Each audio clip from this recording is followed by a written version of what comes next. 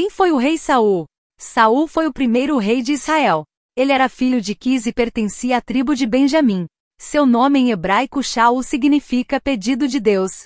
Saul também foi o primeiro nome judaico de Paulo de Tarso, apesar de o nome ser traduzido para português na forma de Saulo. A Bíblia cita toda a vida do rei Saul. Narra desde a sua ascensão como rei em 1 Samuel 9, até o seu declínio em 1 Samuel 31. Saul reinou sobre Israel por 42 anos, 1 Samuel 13, 1.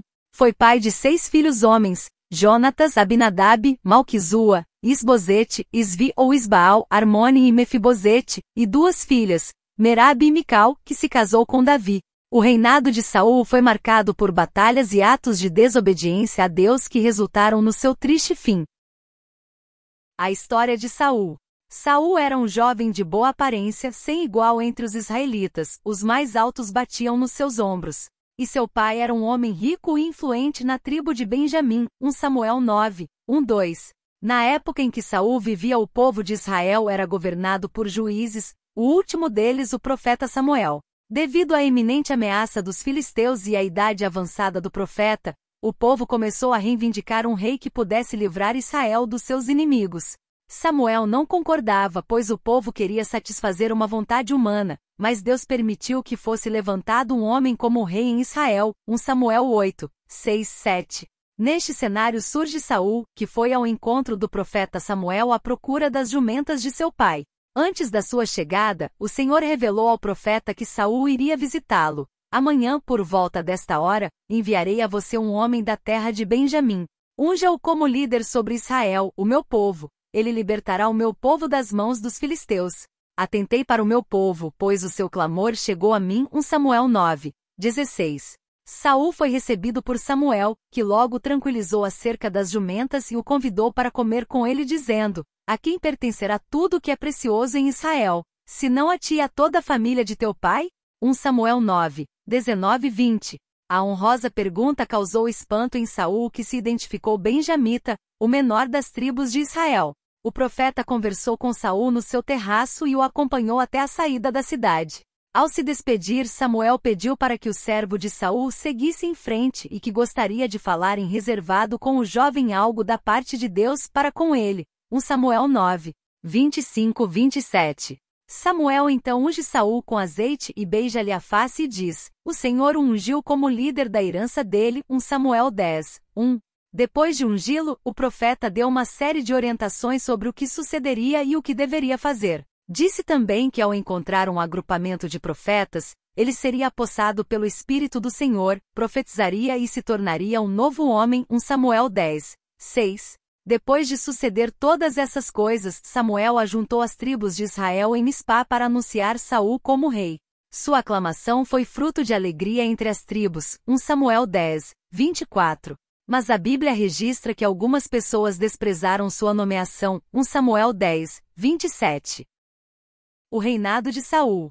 Nos primeiros dias como rei, Saul travou uma batalha sangrenta contra os amonitas. Recrutou todos os homens de Israel e Judá e atacaram o acampamento amonita pela madrugada, massacrando-os até a hora mais quente do dia. 1 Samuel 11, 11. Esta demonstração de força ilustra uma característica de Saul, a de um rei guerreiro.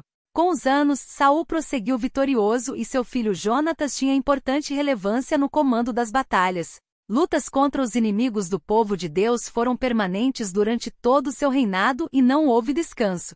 Em uma destas incursões, Jonatas atacou um destacamento filisteu em Gibeá, atraindo o ódio dos filisteus sobre Israel. 1 Samuel 13, 3, 4. A ira dos filisteus gerou desespero e medo aos soldados de Saul e todos se refugiaram em cavernas. Nesta ocasião surge o primeiro grande erro de Saul. Desobedecendo à orientação do profeta Samuel, decide por ele mesmo oferecer o sacrifício de comunhão em Gigal com receio da dispersão dos seus soldados. 1 Samuel 13, 8-10.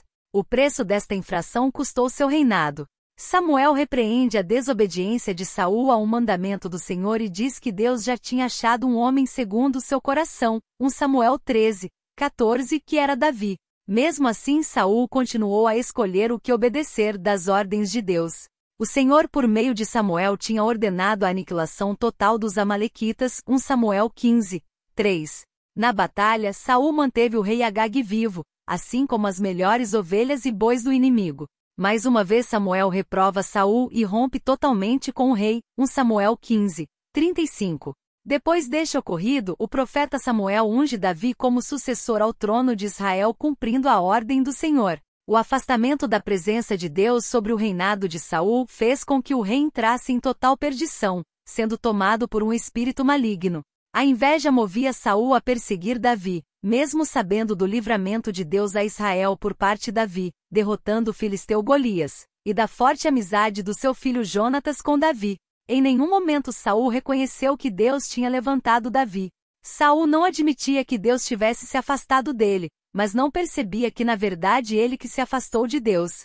Pela terceira vez ele peca contra Deus e vai se consultar com uma bruxa em Endor, pedindo que invoque o espírito do profeta Samuel, 1 Samuel 28, 7, 8.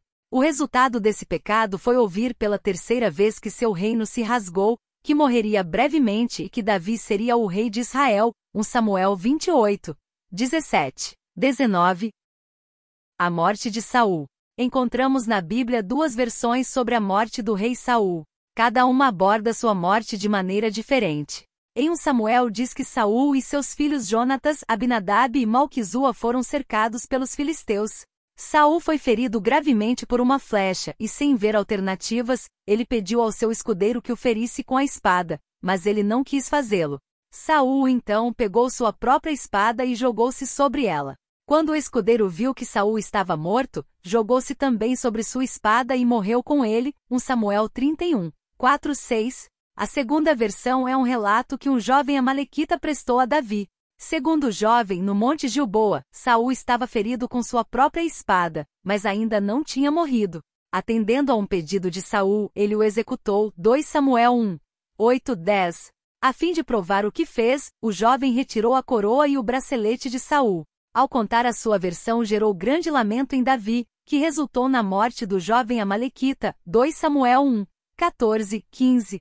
Provavelmente o amalequita tenha inventado esta versão a fim de impressionar a Davi e conseguir alguma recompensa, que teve seu efeito contrário. A versão do suicídio consumado é confirmada na passagem de 1 Crônicas 10, 4, 6 que reafirma o acontecimento descrito em 1 Samuel. Infelizmente a trágica morte de Saul foi consequência da rejeição dos caminhos do Senhor, da desobediência e da infidelidade a Deus, 1 Crônicas 10, 13, 14.